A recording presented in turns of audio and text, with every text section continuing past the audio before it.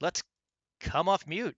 Hello, chat. Welcome to Innocent Lives Foundation charity stream, because every stream we do is a charity stream because we're a nonprofit. With me, I am your host as always, Nick Kelly, aka Rev3 Dude. You probably know me from watching me game on this channel and also from our fireside chats we do with really inspiring guests. And we have one of those tonight, as a matter of fact. If you are here, you probably know this, but let me tell you in advance that the Innocent Lives Foundation is a non-vigilante organization that identifies anonymous online child predators, develops and delivers specialized training for law enforcement, and provides educational resources for parents, teachers, and guardians. You can find out more at innocentlivesfoundation.org. And with me tonight is Brad Beeler. Hello, Brad. Howdy, good evening. I'm going to embarrass you by reading your bio because that's how I start every one of these things. So, Sure. yeah, have some coffee.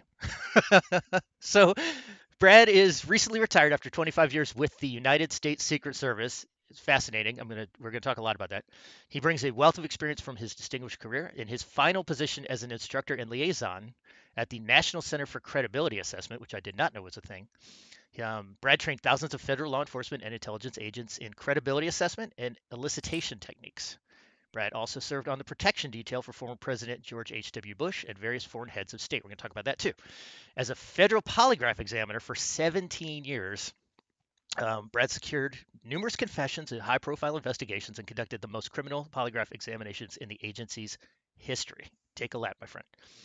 With a master's degree in criminology, oh, I thought you only had your bachelor's. Dang. I'm in grad school for my master's in criminology right now. So, yeah. Excellent. Yep. So Brad was honored at the U.S. Secret Service Special Agent of the Year for combating crimes against children. You are recognized globally as a communications expert. You deliver sought-after presentations to law enforcement, which is how our circles overlapped, and intelligence agencies worldwide. And you have a book coming out, which Yes, that's what we're going to talk about last, because I pre-ordered it absolutely. last night.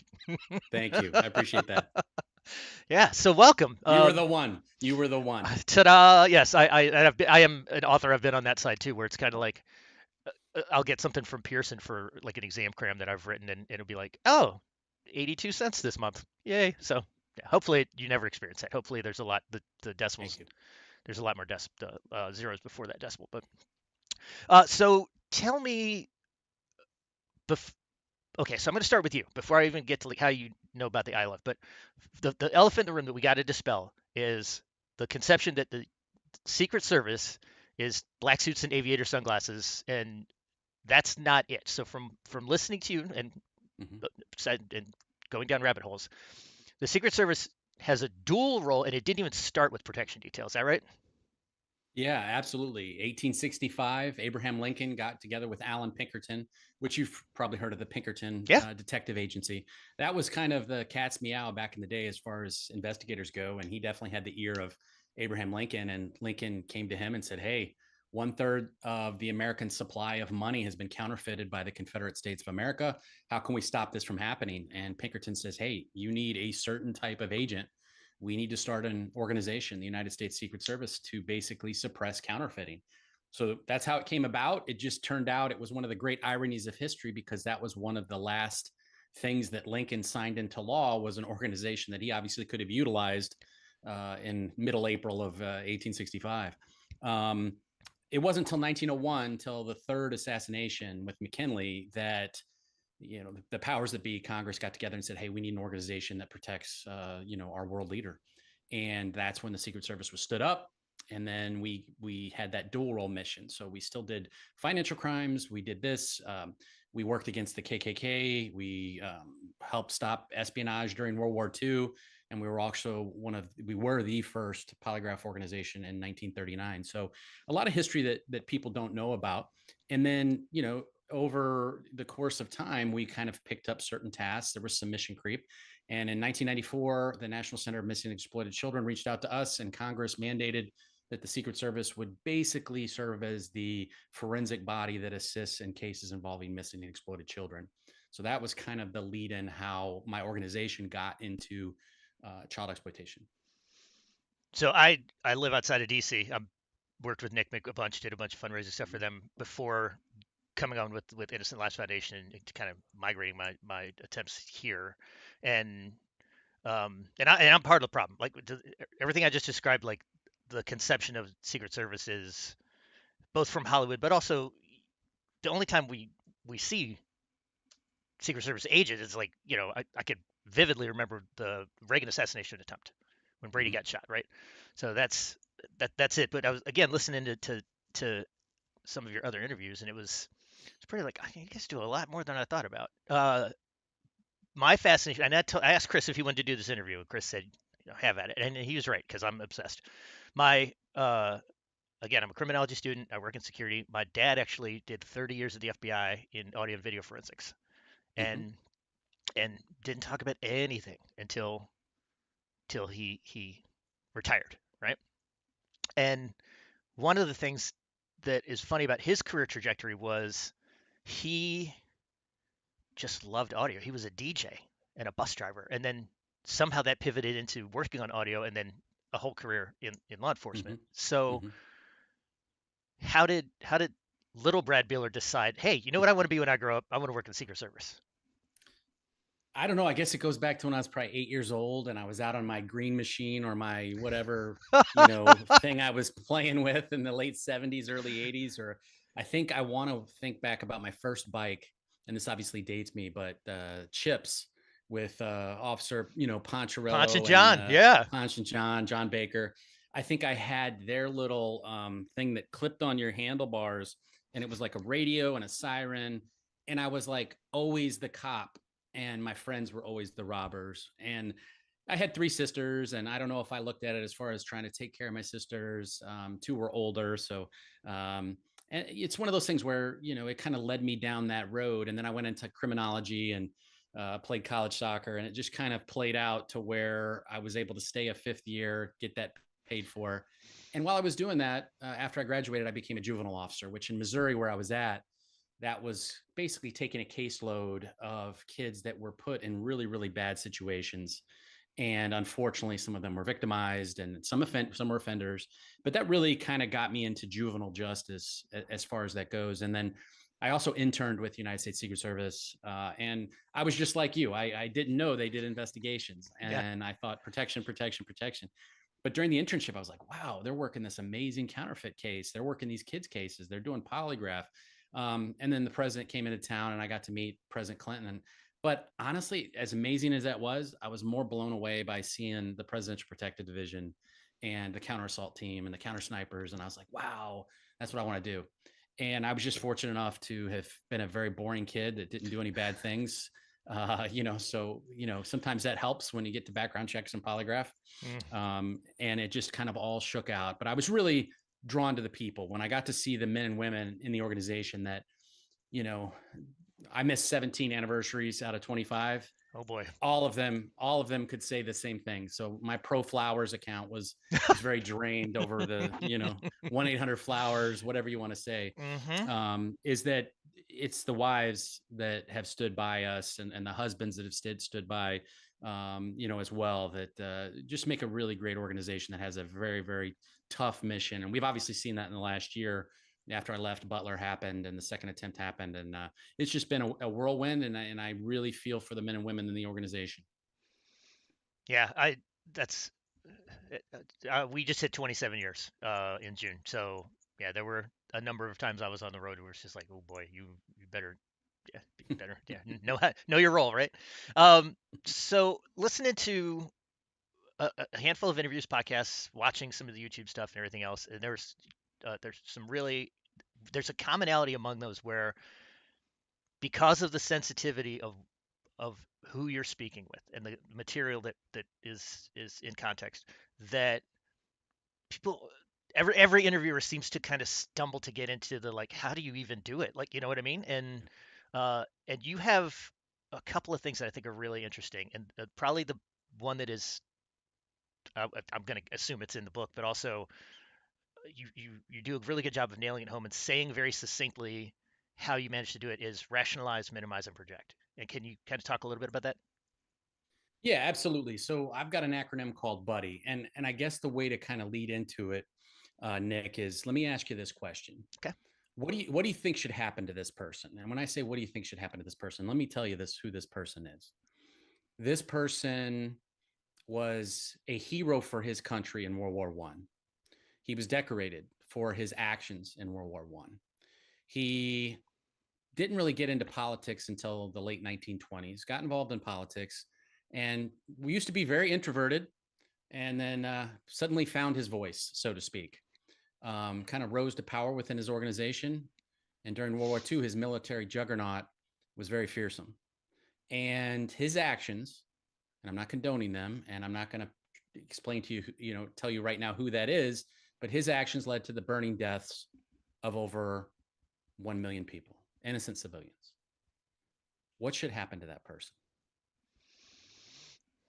Okay, so I saw you do this to somebody else. So Yeah. so I know So who you're. play. Yeah, I know. yeah, Yeah. yeah. So Play play along. the part. Yeah, exactly. So I don't you have to understand in that those million people that you are, those are innocents, right? Those are of all ages, of all Yep. education levels, Men, women, poverty and levels, children. and men, women, children, everything. And that is the part that is really, really hard to, I think justify is too strong a word, but Yeah. that's where you get caught. Yeah. You're like, I don't know how I could forgive, maybe is what I'm thinking.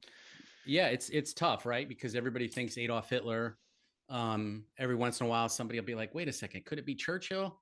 And then nobody really settles on that it's Harry S. Truman. Yeah. And he was a veteran. He was awarded for valor for his actions in World War One. He got involved in politics kind of reluctantly from the state of Missouri. And no one thought he was going to be the president of the United States after FDR died. But he took over, and his actions led to multiple fire bombings of Japanese cities, killing hundreds of thousands of non-combatants. Even more so than what followed up was when we dropped the atomic weapons upon Hiroshima and Nagasaki. So if I was his friend, what would I do? I would be his buddy. And the acronym, that's what I use. I would blame anyone but him. Well, who would that be in this situation? It'd be the Empire of Japan for their actions on December 7th and after that. I would understand why he did what he did. Even if I would not agree with it, I would understand it. I would say, look, I know that you were having to write letters to families that had lost their lives of their children at Saipan and Peleliu and Iwo Jima, and you saw that the Japanese Empire was not going to give up. So I understand why you felt like you needed to do. I would diminish impact by saying, "Look, Harry, I get it. You did what you did, but you did it with clarity from the standpoint of this is gonna be terrible, but it's gonna save lives. It's going to save lives by U.S. service members not having to do total war on the island, the main island of Japan. I would diminish, impact once again by maybe using an analogy like, hey, you were in this perfect storm of events and you just reacted. And then I would focus on the why once again and not the what. So I would be their buddy. And you would do the same thing if you had a good friend, Nick, if that friend came to you and said, "Hey, I was in a relationship, my significant other left me," what would you do? You'd blame the significant other. Always. You Yeah, of would, course. yeah, you'd understand and be like, "Look, I totally get it. This is a fresh wound, but you'll get through this." You diminish impact by saying, "Bro, there's other fish in the sea. You're going to be good to go," right? Yeah. You would do the same thing with your friends, right? So I'm doing tactical empathy. I'm loving the sinner. I'm obviously not loving the sin. I'm Right. judging the sin. But by doing that, I'm able to not be judgmental. I can be curious, and that tactical curiosity and empathy can hopefully get someone to open up and even explain the worst of the worst. For me, I can almost understand a lot of the homicides that I worked. I was in St. Louis, Chicago, and now down here in South Carolina. And even some of these homicides would involve a 10-year-old, a 6-year-old, a shaken baby where the baby died. And I could still almost understand it. Would definitely wouldn't agree with it, and that person needs to go to jail for a long period of time. Right. But the reasoning behind it was either money or it was revenge or they were stressed out, whatever. When I'm talking to somebody that has a true pedophile that is molesting 30 babies and that's all they're drawn to, it's so far removed from your ability to comprehend it that you're having to go to some dark places to do that rationalization, minimization, and projection.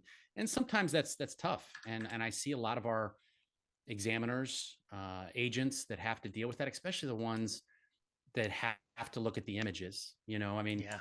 I know you guys try your best with ILF to try to sanitize that. And then on the back end, make sure everybody has, some options on people to talk to. But I was blessed in that I insulated myself from the images as best as possible. So it's a little bit easier to talk about it than have to look at it. Yeah, the the question that I think recurs, I'm sure you have to answer this every single time, which is just the how do you not just rage out looking at that individual across the table when you know, like, your job is Mm-hmm. to get an admission, to get a confession, and to get them off the playing field, right? Um, and I know Yeah. you're a big fan of Be Curious, Yep. right? Yeah, absolutely. It's the whole be curious, not judgmental. Ted Lasso attributed it to Walt Whitman, but no one can find Walt Whitman saying it. But that's kind of Ted Lasso for you, right? But it's great. I mean, if you look at Ted Lasso, there's a lot of bits there that lead to management and success in life. On how I draw a lot of, I don't want to say inspiration, but I draw a lot of teaching concepts from that, and also Brazilian Jiu Jitsu. Yeah, Um, but that's something that definitely, because when I'm curious about something, a couple things happen. I'm not talking about that bad thing, which helps me, but more importantly, it helps them. They're expecting, hey, we're going to be talking about this bad thing. right, But when I'm talking about their leisure activities and we go to something curious, we go to something, I'm looking at your wall there and it's a little blurred, so I can't see everything that's there. But let's say you had a dog. Let's say you had, a scene from we out west. have Let's two say you, dogs. yeah, okay. So I'm picking up things, right? And Yeah, a lot of times when we would do search warrants, we would see all these little trinkets and things. And hey, if you're a Cubs fan and I'm a Cardinals fan, okay, I'm not going to bring up baseball. right, Or Yankees or Red Sox, I'm not going to bring up baseball. right. But I'm going to get these little talking points where I'm making an assessment, and then I'm going to also ask you things. I'm going to say, hey Nick, what do you like to do in your free time? Well, apparently I need to watch Ted Lasso, but yeah, I'm a musician and a gamer and you name it. So Okay, what anything. kind of games? What kind of games do you play? So this is from a Japanese role-playing game that I'm completely obsessed with right now, which you can't see the other artwork. But we also do, if I turn this camera around or turned on the other camera, you'd see this whole room is decked out to play tabletop role-playing games. Okay. Yeah. So I would really dig in there if I was talking to you. And here, some of the people I talk to are innocent. So my first goal, obviously, is to obtain the truth, right? Yep. And then as that funnels down, and we have a lot of evidence sometimes in certain cases, or based upon behavioral analysis questions or other things, that will distill down to, am I going to be talking to this person about doing potentially that bad thing? So yeah, I would leverage some of that. And let's say if you were a bad individual, I would really dig into that role playing game. And I would find out, what kind of character are you? What Yep. kind of this? Why do you do this? What's so fascinating about it? Oh, you know what? I just really like this. I had an offender one time and I was talking about this, and I actually used it as a way to kind of, I don't want to say rationalize his activity, but he was a wizard. Okay. And we really got deep into some bad things that happened to him, and maybe this is a way how he can conjure up spirits, he can conjure up things to maybe protect other people, so he can do this, so he can heal himself. I really went deep into that, and it really caused him to not view his things as black and white bad, but more in the gray area. And it allowed us to connect in a metaphor and an analogy. And when you just try to explain to that somebody cold, like I'm maybe explaining to you or your listeners, Yeah. that's difficult to understand. But when someone is in a significant life event, like an interview room talking about child sexual abuse material, something like that may be the linchpin that gets them to open up to potentially talk to me. So leisure activities is really, really big for me, and not matching them when they provide something. So if you say, yeah, on Xbox, I play Final Fantasy, or I do this, I'm going to let you talk about that. I'm going to let you get that out. I'm going to let you bathe in it. If you run, I'm going to let you talk about your 5K. If you hunt, I'm going to let you talk about your last hunt. I'm not going to be like, oh, yeah, I'm a magician too. I'm Right. level 47. Oh, Right. yeah, I did a 5K too. Oh, you want to see a picture of my deer? I did a half marathon. Screw your Yeah, 5K. Yeah. Yeah. yeah. You know what? Screw your half K. I did a full triathlon, right? And we're always trying to one up each other. And what you're doing is you have such an opportunity to let them bathe in dopamine. And as a result, they're going to associate you with that dopamine. They're going to be away from the cortisol, which is that stress hormone. It's Yep. triggering that fight or flight. Yep.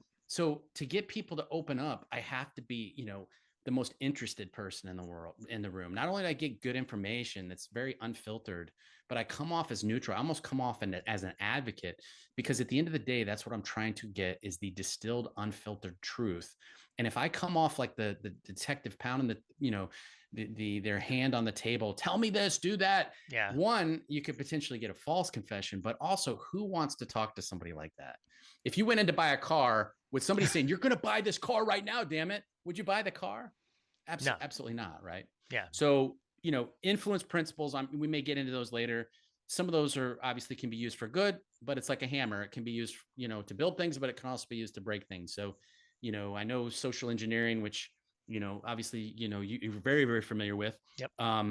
They understand ethical influence, understanding the ethical part of influence, but how it can be used for the dark arts as well, which unfortunately can be malicious, both in the form of online predators and also scams.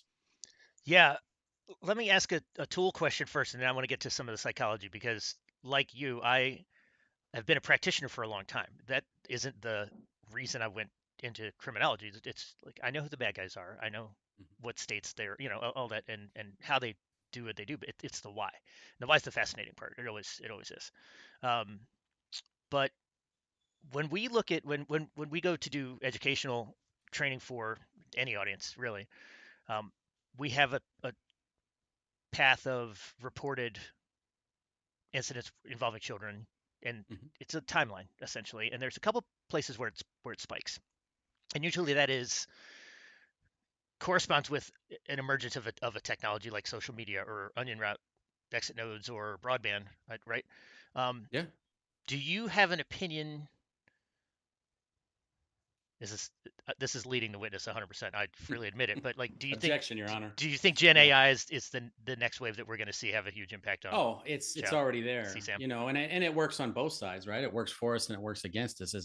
It's working against us right now in that it's satiating the desires of and leading to a lot of criminality that in some states, and now here in South Carolina and other states, we're trying to stay with it to make generative AI pornography, CSAM, obviously criminality as well. Yeah, But it gets difficult because a lot of anime, manga and stuff like that also has some of those same principles. So where does it stop? How do you have the laws that question with it? You have, in some countries you can buy infant dolls. I mean, it's very, very tough. We have lack of funding, and sometimes people in Congress, both state and House of Representatives and in Congress, federally, sometimes we are not the most tech savvy people, right? The people in government. Sometimes our government tends to be a little long in the tooth.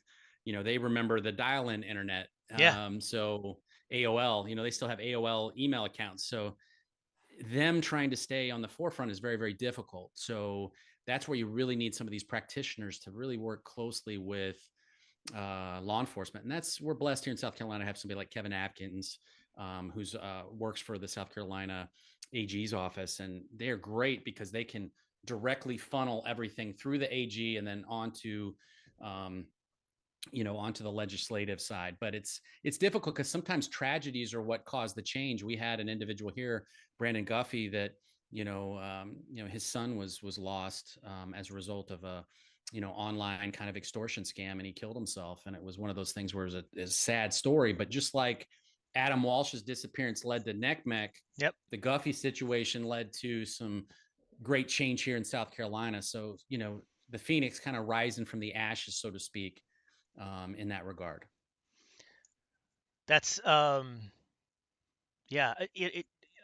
It's interesting because I always make the argument to anybody. Like we have the technology education generational divide, right? Like my brother and I both work as cyber security engineers, and my folks are, you definitely have that uncle who's going to come over on Thanksgiving and be like, I clicked on this thing and now my laptop runs slow.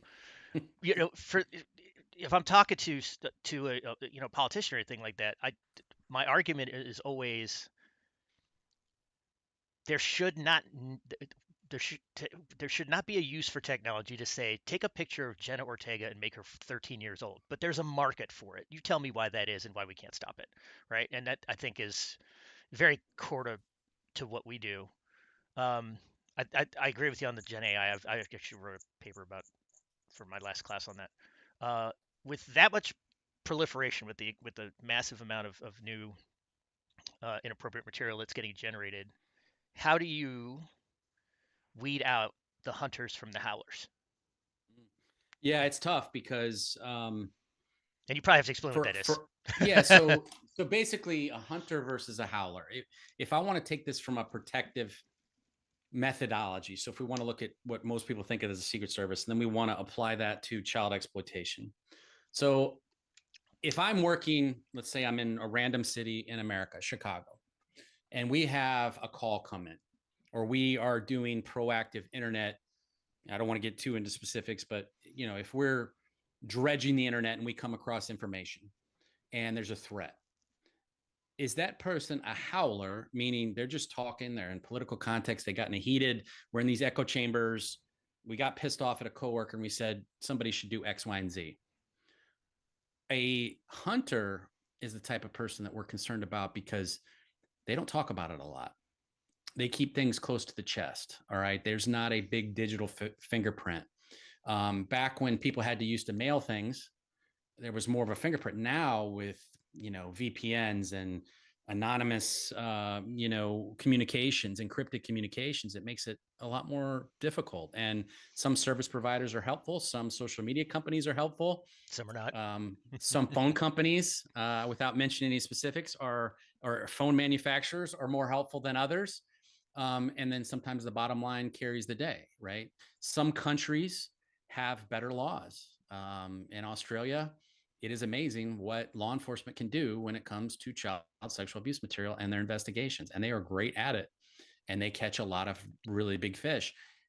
I don't see that in the United States legally allowing us to do some of those things. Can you can, So, can you tell the story that started in Australia? yeah, absolutely. It's a So the great green one. baby bottle case. Yeah. Yes. So Task Force Argos, which I think is one of the best child exploitation investigative units ever created, um, down in Brisbane and then Queensland. But they work with the Australian National Police as well. But they're just an amazing, dedicated group of men and women that are amazing at victim identification, at proactive work, at OSINT, at a lot of the things that ILF does as well. But obviously, they take the things that ILF can do, and they have the legal process that they can kind of meld with that too. So it kind of creates this superpower that they have. But with this case, I remember, and I'm telling this as an observer. I had nothing to do with it, other than my organization.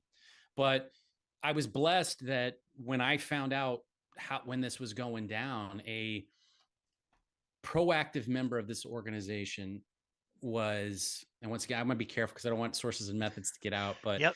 Yeah. an individual was very proactive and he got into a dark web group and, you know, saw some horrific activities happening to some infant children. And the screenshots, the victim ID people, they were able to, they were able to look at, some phone data, some metadata, and all they could do is say Eastern US time zone. That's all they had. Yep. But they had kind of a pack and play. And it was amazing because they go through The Hague, they go through Interpol.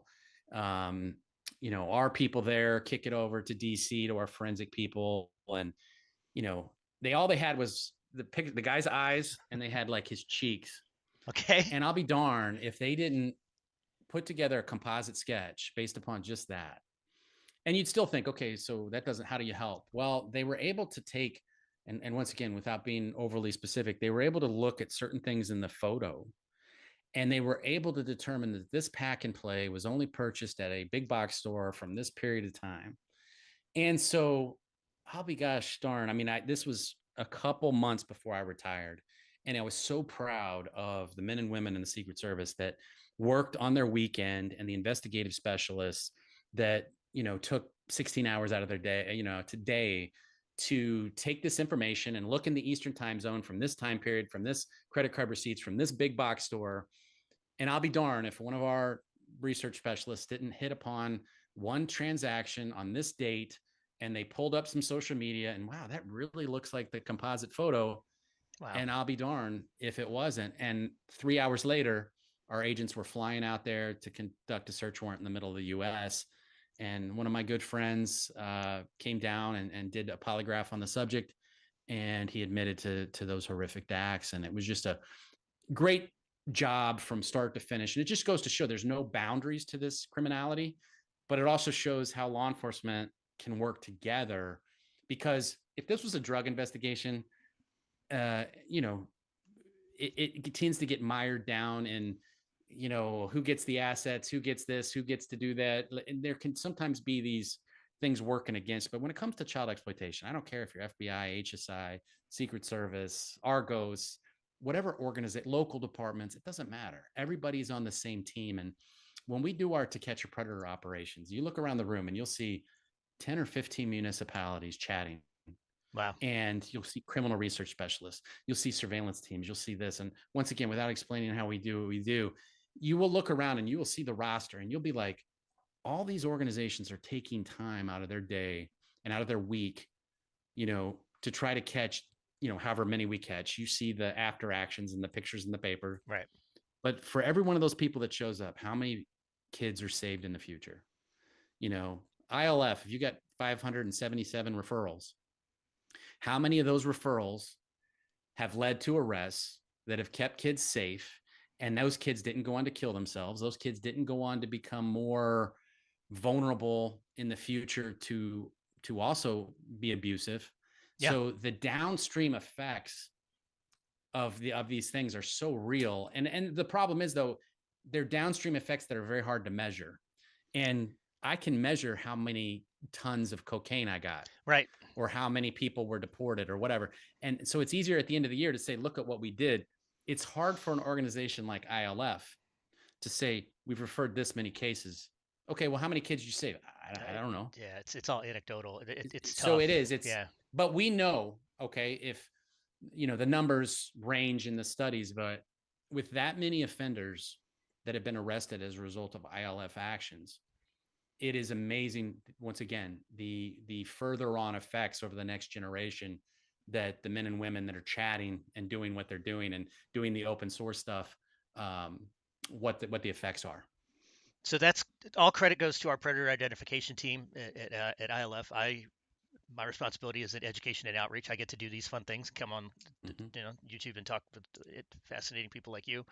Uh, the statistics that we usually present are each of those cases is a perpetrator, not one victim. It's almost never one victim, right? Mm-hmm. It's the average number that we use is 5 to 7, and a serial predator can be up to 450. And it's yeah, I mean it's Well, tough stuff to talk about, yeah. but it's why we do what we. It's why we're here, right? Yeah, so you mentioned, you know, the hunters versus howlers, and I took you down a little bit of a rabbit hole. It's But okay. I appreciate it. how we do that, and what we started doing in 2004 with the Secret Service, and we didn't invent this. This was something that agencies, federal agencies before us had done, but we had a little bit bigger polygraph program. Was we started taking those CSAM search warrants, and we started taking those To Catch a Predator operations. And what we said is, look, they popped up on our radar screen because they either traveled or because they did something online that brought them to our attention. They came out of the shadows because of these investigative efforts. Now, what can we do to see if they're hands on? Because we've always thought, well, it's not just pictures, it's not just them traveling. Obviously, they're not coming because I just want to feed this girl. Oh, I just want to tell her about the dangers of this activity. Yeah. Obviously, that's not why they're doing that. And if they're doing it now so brazenly, they've probably done it before, Right. right? So Yeah.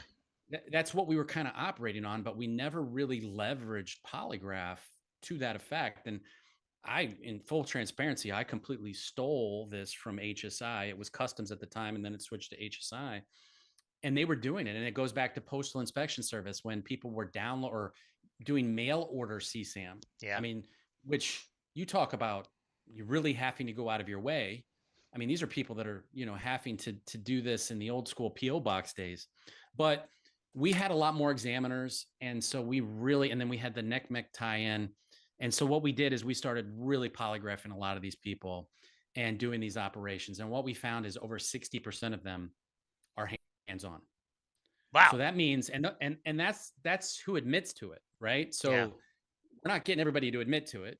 So if they walk in the room with us, there's a 60% chance they're going to admit to being a hands-on offender. So when judges, and I don't blame the judges, a lot of times they don't have the information, or they're just so overwhelmed because now that broadbands throughout the, shoot, you got Starlink now, is CSAM can get to every corner of the world. And it's very, very easy. I won't say easy, but it's not unbelievably difficult to obtain. So a lot of judges are getting overwhelmed with these cases, Yeah. and they can't tell who the hunter or who the howler is. So what polygraph is we are that triage. And we've come in and we've said, look, if people pass, here you go. Yeah, they made a mistake, but in our heart of hearts, and people can say what they want about polygraph, of all the ways polygraph has been applied, I think this is the most valuable. I mean, obviously, we want to screen our applicants and make sure that they don't have ill will towards our protectees or national security. Right. But being able to screen someone that shows up to meet a kid to see, have you been hands on with other kids before, is unbelievable. And we're now arming the judges with information to show. I mean, I've had individuals say I've molested 35 kids. Mm. They had no criminal record, whatsoever. They showed to meet up a 13-year-old girl, and failed the polygraph and admitted once again 35 infants. Ugh. And that's not me. That wasn't, we get those from all the people in our program that do these tests. And it's not just our organization. Now the FBI does these, and a lot of local departments now do this. I'm blessed. I'm going to the American Polygraph Association next week, and one of the classes I'm teaching is about these type of examinations. And I want to get it. It's like I want to give this away for free. We want to Yeah. have everybody do this, right? Because the more examiners that can get this, the effects, truly multiply, as a force multiplier. So, as far as hunters and howlers, that's the best thing we got going for us is the polygraph. Using it as triage, I think, is the perfect analogy. I thought that was really good because it's signal versus it's the signal and noise argument. You know what I mean? Like how many people are Yeah. just talking to talk. There's a couple times in your response right there that you mentioned teamwork, and I know that you grew very close to your protectees as well as your uh, fellow agents, Mhm. and you mentioned, I believe it was President Bush that refused to work on Christmas. Was that Yeah, both the Bushes. So 41 and 43, we call him 41, 41st President H.W. Bush, and then 43 W. Bush. right? I was blessed to be able to work with W. Bush when he was governor running for president Oh in well. 2000. That was my first real exposure to the Secret Service. I mean, you're on the shift, they're seeing 3 cities a day. It was crazy. Wow. And then obviously the hanging Chad controversy afterwards. Oh, But I hadn't even thought of hanging yeah, Chad. oh yeah. That's a long time ago. It Everybody is. looking at the ballots, right? Yeah. Um, and then so that was just a one-off campaign detail where you go out for 3 weeks and then you'd be off for 3 weeks, not off, but doing other things for 3 weeks.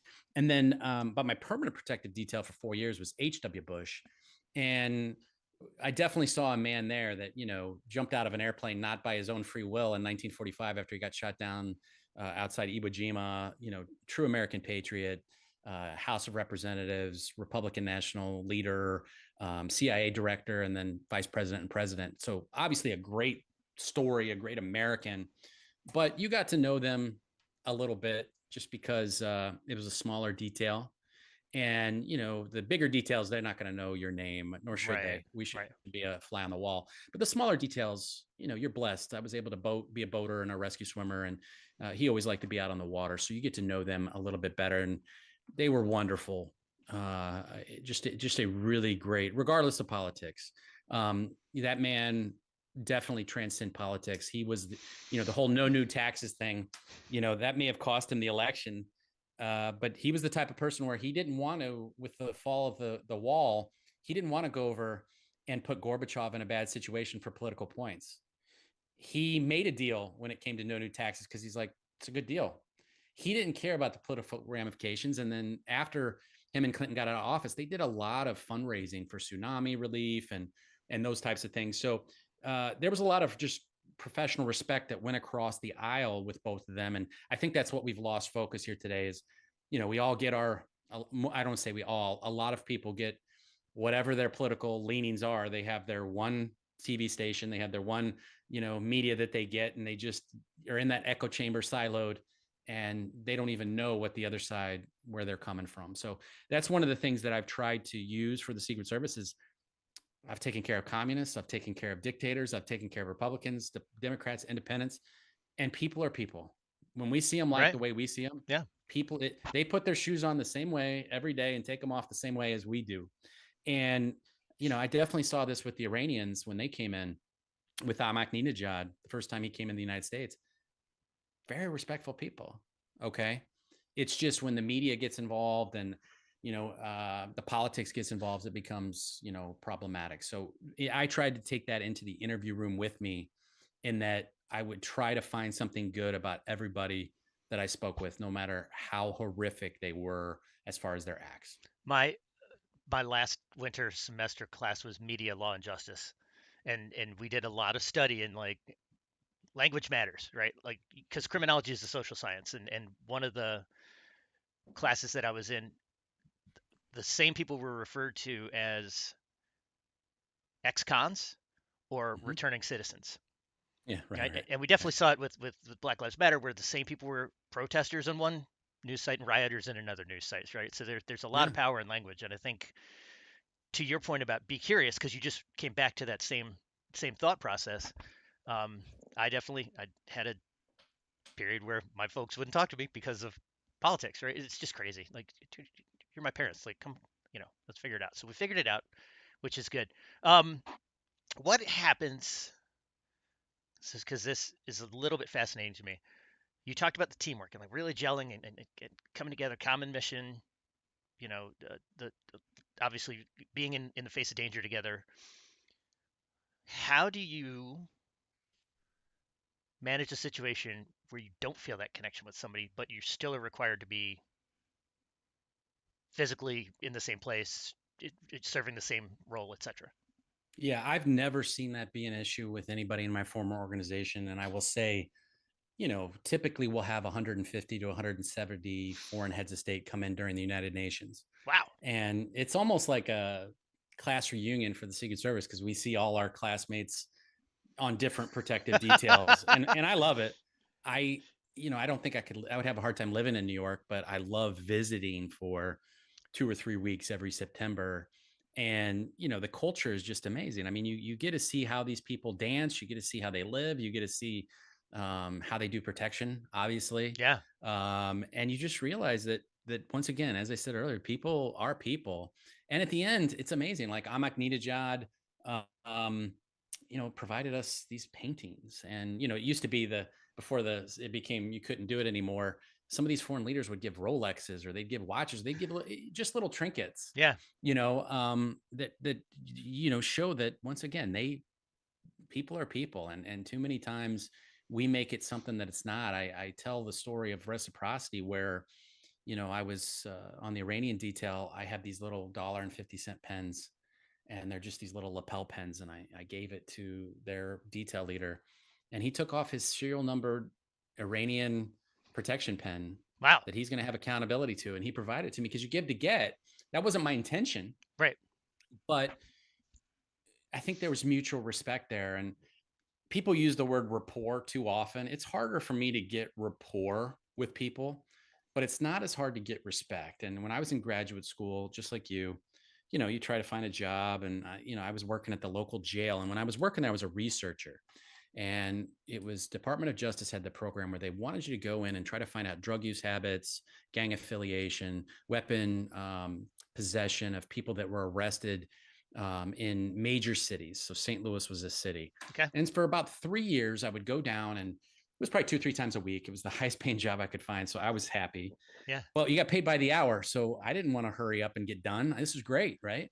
And we would give them a Mountain Dew and a king size Snickers bar to talk to us. And when you're in jail Oh and all boy. you got's a bologna sandwich, that's big currency there. Right. Yeah. And it's amazing when I would ask these people, and I'd be curious, and I would respect them. I hadn't walked in their circles. I hadn't had to deal with a lot of the things that they've dealt with, but it's amazing what they would tell you. And I learned so much about gang activity. I learned From a pimp, hey, what's the best way to be a pimp?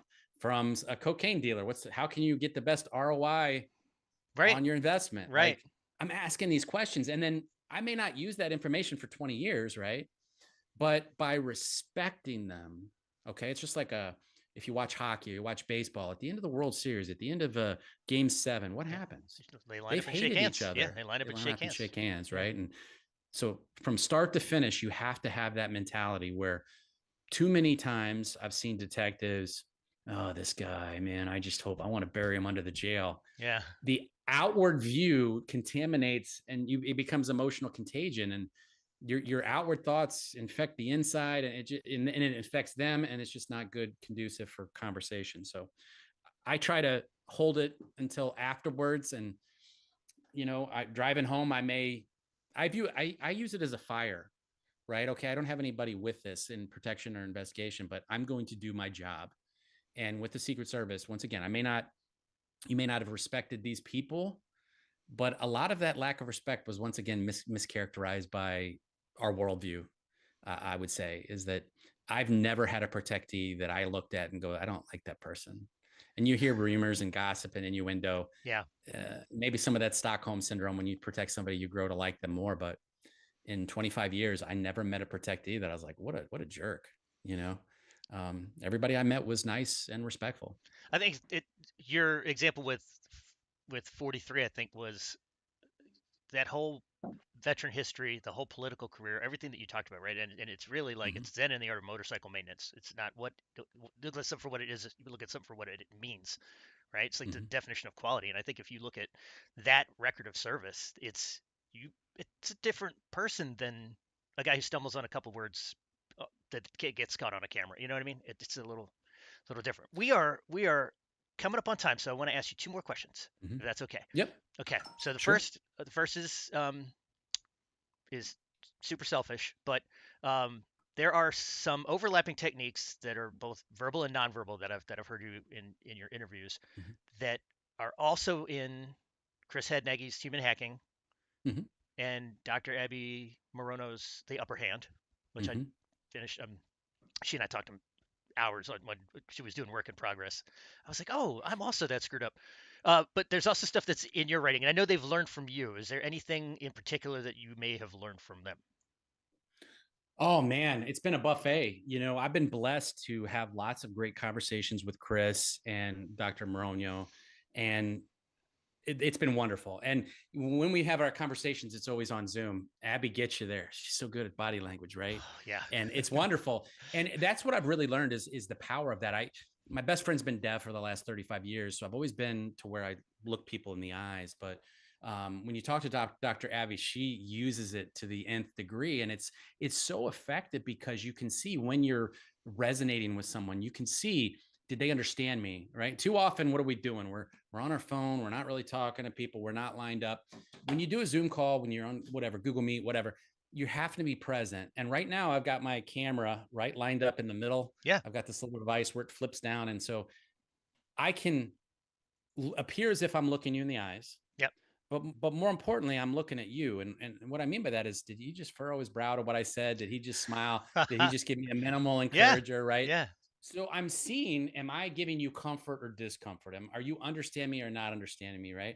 So that's something I definitely learned, from Abby. In addition to all of her mimicry work, when especially with it comes to lower body and things like that, and um, she's obviously picked up a lot of things from Joe Navarro, and then carried on from Yeah. that as well as Fascinating. that that body language is not about detection of deception. It's, for me, it's reception of message, and it's diagnostic and a barometer for me on how am I doing. So I threw a rationalization out there, didn't hit. I threw a projection out there, didn't hit. Threw a minimization, oh, he likes that. Yeah. Rinse and repeat. And so using body language diagnostically is obviously something that I've picked up from both Chris and Abby as well. When you have a topic that is emotional, like when you were explaining your Truman example, like Mm-hmm. I've watched the other interviewer get really uncomfortable really quick, and Yeah. then make the assumption that you're talking about Hitler. Like Yeah. you just kind of you watch that process, and Yeah. it's No, really it's fascinating. a great point because I saw that as well. And I was like, oh, dude, he's on a podcast and he's afraid he's gonna say the word Hitler, right? And Yeah, he's gonna have to, he's like, oh, and he's like, yeah, and he literally, anytime somebody's earlobes and neck when they get close, right? He got like that. yeah, And it was one of those things where I almost sped up like hey, here's who I'm really talking about because I could see what you saw. yeah, And that's something that I'll do in the room where I'll want to skip past. I don't want to sit skip past, but I want to move through certain topics that make people uncomfortable when I'm talking about them. And I want to really extend those dopamine inducing times when I'm talking to them. And I'll see that in their body language. As far as I may think it's something that's bringing them joy or dopamine, and it's not. right. Versus something that I really didn't think that was that important, and I'll see them. Oh, they'll do one of these, and they'll relax and they'll open up or they'll lean forward, and I'm like, wow, I wasn't expecting that. Yeah, So we got to be careful about our own confirmation bias and what we think, what our game plan is, and what we think is going to work, and what we think their motives and our things are. So that's where it becomes problem. Confirmation bias is a big problem the the in communication. the science part of it is something that Abby just delves into very, very deeply, but explains it Yes. in a way that like Yes. somebody who's not, who just is reading this book to be like, oh yeah, I I'm also screwed up in that way, and she and I have the same thing, which is we have that combatant, a saboteur that's back here that's like, why aren't you creating something? Why aren't you writing right now? Why aren't you drawing right now? Why aren't you writing a song? All of that, and I think I'm definitely writing a song called Emotional Contagion. By the way, I'm stealing that from you because that was amazing. Perfect. There you go. You're welcome. Thank you. So last thing. So tell me everything about Tell Me Everything. Yeah, so basically, I started to write a book about my law enforcement career and how basically to do interviewing and it started out like a 25-year. I'd almost put this together chronology wise as far as my career on how I got people to open up and talk to me, and then the more and more I started writing it, and I talking to the editor, and Chris was the individual. If this circles back to Chris, he was the individual, and I remember it was after an ILF function. Abby's sitting here, Chris is sitting here. I'm telling some stories about, I think it was the story about the Chihuahua grabbing my groin, story.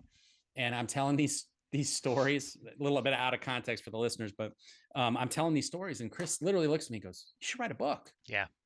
And I'm like, come on, nobody's going to read that. And a year later, I had 270 pages down, and it was what started out as a law enforcement book turned into a communication book because there's a lot of universal aspects of this as far as you know making a great first impression and understanding the power of a first impression so we don't get hijacked by it, and then using all of our senses to be able to get people to open up, and then being really good at active listening, and then being able to detect deception and understanding our limitations with detecting deception. And then when people are deceiving us, how do we get them to then open up with us and provide information that could be about against self-interest? So I tried to really relate that to parents, business situations, and then obviously I believe law enforcement can benefit from it as well. So I appreciate the plug for that. And this now, so I got to give the shout out to Chris for the idea, and then I got to give the shout out to Abby because she hooked me up with her editor and her publishing company.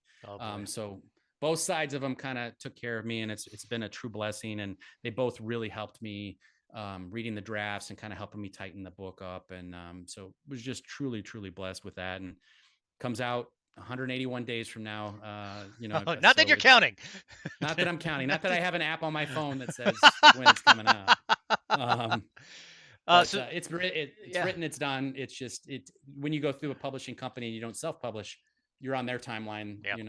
You're not on yours. So I've done both. Yeah. mhm. So tell everybody where they can find you, where to find information about the book, where to find Yeah, information about so where you're going to be. it's Brad Beeler 1865 on Instagram and also LinkedIn. So I put 1865 because that's when the Secret 1865. Service I was got it. established. I got it. And I put a lot of I try to do a lot of podcasts and put those podcasts. They're obviously on YouTube, but or on Apple, wherever you get your podcast. But I try to put a lot of those shorts on Instagram. So if somebody wants to join on Instagram, that's probably the best way to see content. Um, And then it's bradleybeeler.com. Somebody had stole bradbeeler.com. I didn't know there was another one in existence, but bradleybeeler.com is the website. So that's the best way to get a hold of me. Yeah, there's a lot of Nick Kellys out there, I can tell you for sure. Mm-hmm. There's an Irish filmmaker who he and I have to exchange emails all the time. So yeah, so that's it for tonight. Thank you so much for being on here and supporting the Absolutely. ILF. I know you've been close with Chris for a long time, and obviously Dr. Abby. Everybody who is here in chat, everybody who's watching, thank you for being here. If you want to support the ILF, please go to innocentlivesfoundation.org. The Innocent Lives Foundation is a non-vigilante organization that identifies anonymous online child predators, develops and delivers specialized training for law enforcement, and provides educational resources for parents, teachers, and guardians. You can find out more, please, at innocentlivesfoundation.org. Agent Beeler, thank you for your time. I'm going to kick us over Thank you, to Nick. the We Have Departed screen, and then I'm going to thank you offline. Appreciate it. All right.